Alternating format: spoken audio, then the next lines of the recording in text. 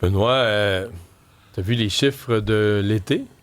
Non. Sur une note plus positive? Non, tu ne regardes pas les chiffres. Toi, tu fais ton émission. Ben, sincèrement, je ne l'ai pas vu passer. Ça va plutôt bien pour Cube. Okay. D'abord, félicitations à tous nos collègues qui ont tenu l'antenne durant l'été. Mme Perron. Bonjour. Mme Perron, Mme Perron, M. Dubé. Mme Perron et les autres. Oui, les autres. Toute l'équipe qui a tenu le fort. Mais c'est pas tant de ça. Oui, on peut s'auto-congratuler. Puis notre première semaine, quand on est revenu en ondes, toi, moi et les autres, notre première semaine a été extraordinaire. La montée s'accélère, pas pire. Mais c'est la réaction. Est-ce que tu as vu, c'est un concurrent, Cogeco, pas les nommer. Puis là, regarde, ils font. Moi, là, je respecte la concurrence. Je vais m'habiller propre. Il se reboutonne, il enlève son décolleté. Benoît, on rit même. La réaction. Tu dis, OK, c'est des parts de marché. À un moment donné, c'est nous autres qui vont en perdre. Tout le monde essaie d'être meilleur, d'attirer le public. Là, ils perdent des parts de marché. Et la réaction, c'est de dire, pas on va trouver des chroniqueurs plus proches du monde, pas on va essayer de faire un meilleur produit. C'est nous, on a trouvé un guide-dit dans la loi.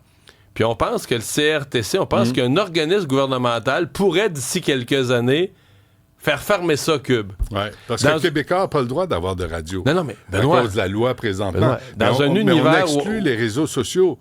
Tu sais, c'est comme tous les médias ont maintenant des réseaux sociaux. Fait que les vieilles règles du CRTC, ça tient plus la route. Ça n'a plus de sens. Mais Benoît, comment, en 2025...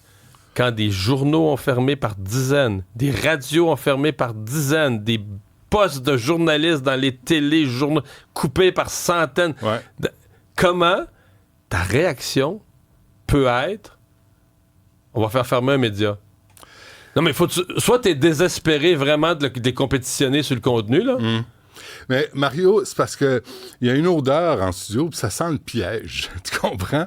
Moi, je peux pas me prononcer sur Cogeco. Ils m'ont congédié. Alors, dès que je dis quelque chose, je vais avoir là l'air du gars revanchard.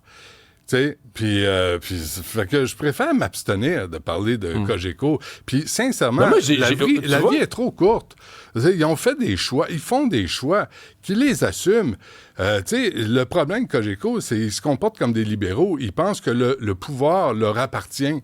Ils pensent que tout leur est dû. Ben non, dans la vie, il faut que tu gagnes ton terrain. Il faut que tu gagnes tes victoires.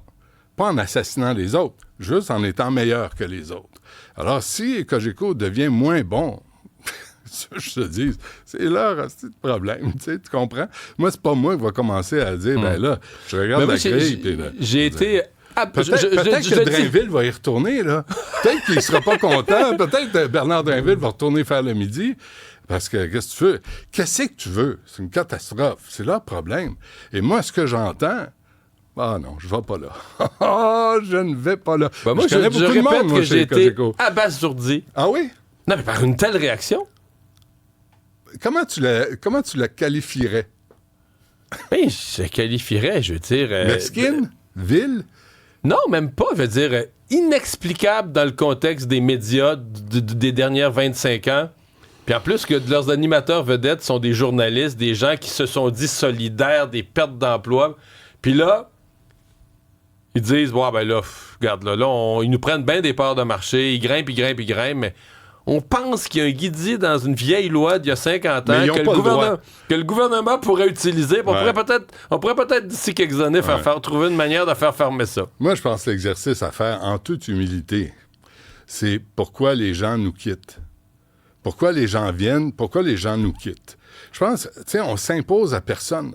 Les gens nous choisissent, puis on est chanceux d'être choisis. On est chanceux d'avoir des gens qui disent « Hey, je m'en vais au 99.5, je m'en vais à Cube. » C'est facile en même temps, c'est juste un de plus. Pouf, un de plus. Ouais, ou c'est un de moins. ça dépend comment tu perçois ça. Mais tu sais, rien n'est acquis.